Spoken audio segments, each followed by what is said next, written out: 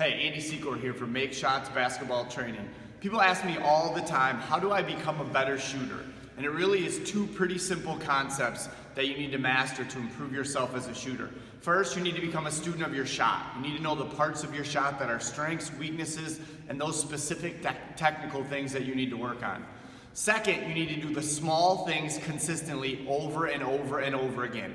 One of the best ways to do those small things is form shooting.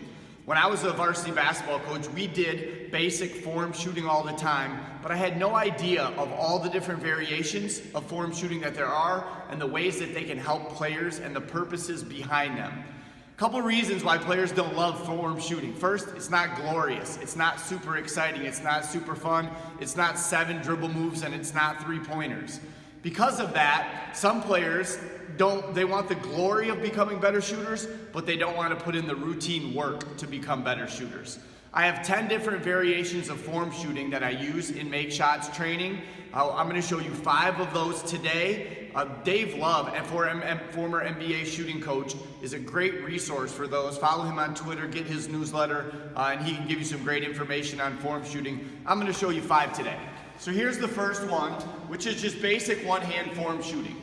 So I have a player start with these when we do workouts together, and I'm really not coaching them at all. I'm analyzing, I'm often taking notes and assessing the key components of their shot. Want to take a step back? And then we're going to do some two-hand form shooting where we're just going to add the guide hand, and she's just going to shoot. I'm watching 3 to 4 basic things. As I assess players, the 2 things I'm watching the most to start are hand placement on the ball and how the ball spins through the air. That's giving me feedback that I can work backwards from to figure out those different pieces. The next part of form shooting that we do is called mirrors. So Allie's gonna take a step back just inside that dotted line. She's gonna hold the ball in one hand, and her guide hand is gonna stay as close as she can to the ball without touching it. What I'm trying to analyze in this is there's 2 purposes behind this. First, I want to assess the guide hand without using the guide hand. So when she shoots a couple one-handed, I want to see how straight that ball will go. A big issue that a lot of players have is they shoot with a little bit of 2 hands or they thumb the ball. So if Allie starts to miss a lot of these shots to the left, it's because that left hand isn't there to balance it out and her shooting hand is actually pushing pieces to the right.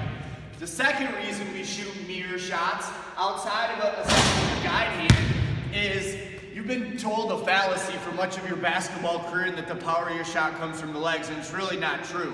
The biggest power levers of your shot are your elbow and your wrist. So sure, the legs create some power, but we do this all the way back to the free throw line to really stretch out that one-hand power and to minimize the guide hand impact. The third thing we do is we shoot indexes. So if Allie could scooch in here, she's going to take the ball and she's going to put her index finger right here on the valve. And the reason that we do that is if you see her hand here, one of the biggest mistakes that players make is their hand gets too far outside the ball, pushing the ball in this direction and the guide hand has to push it back in the other direction. And the hands are actually working against each other. So we put this index finger in the middle of the ball because really the distance between her index finger and her thumb is pretty similar to the index finger and the pinky. This is really the center of her shot. So when she's going to shoot here, we're working on the alignment that we need to have between her hip, between her elbow, her shoulder, and the ball. Nothing is as important to a shooter as having proper alignment. When we shoot these indexes, all Allie's going to do is she's going to shoot, and she's going to try to keep this finger on the ball the longest. And when she's done, she's going to point that index finger straight at the 17, which is right underneath the basket. I'm not even going to watch or count makes or misses. I'm just going to count index fingers at the 17. So go ahead and she's going to shoot a couple. She'll stop and point, and then I'll kind of get behind and look and say that one's right on line. So when you shoot indexes, it's not about makes and misses. It's about can we truly keep her hand in the center of the ball to have the placement that we need. Fourth thing that we'll do is we'll shoot connected finishes. So Allie's going to take a step back. She's going to shoot here with 2 hands. And as she shoots, we'll let the ball go. She's going to hold her finish. What I'm assessing is the distance in inches between her shooting hand and her guide hand. So this is about, maybe 3 inches, which is pretty good. We don't want finishes where we trail this hand here. We don't want finishes where we turn and we thumb it a little bit. And we don't want finishes where this hand stays back and this hand stays forward and the hands are actually working against each other. So what we're trying to do is create a simple repetitive motion. And that motion is easier repeated when those hands are working together and finishing in close proximity. Watch any great NBA or college shooter and watch the proximity of their hands at the finish, and you'll see a lot about how connected they are. The last one I'm going to show you today is drills we call up the line and across the line. We come across the line here, stabilize our core and square our shoulders, and we try to jump up just slightly. So Allie comes across the line, catches, and tries to jump up just a little bit. I'm watching to make sure that her feet don't come across the free throw line. I want her just working on the first part of our movement in a shot, which is moving up and going up just a little bit. So the next part that we'll do from there is called up the line. So those are across the lines. Now up the line.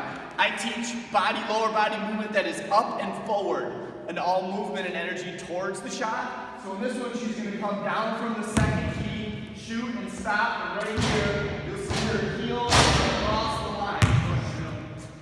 So we want her heels to come across the line as she comes, going up and going forward. So what we showed there is 5 different ways that we teach form shooting.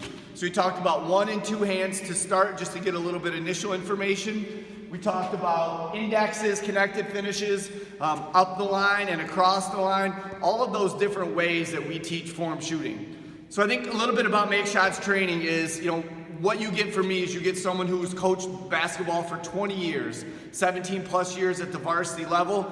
I just think that coaches who train kids bring a little bit different perspective than just trainers.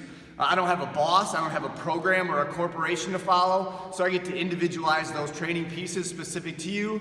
And finally, as an educator at 20 years, I take a lot of pride in the way that I'm able to support, impact, and mentor young players. I think that when you put all of those pieces together, Make Shots Training offers something that's very unique, and I hope to work with you to improve your son or daughter's jump shot in the near future.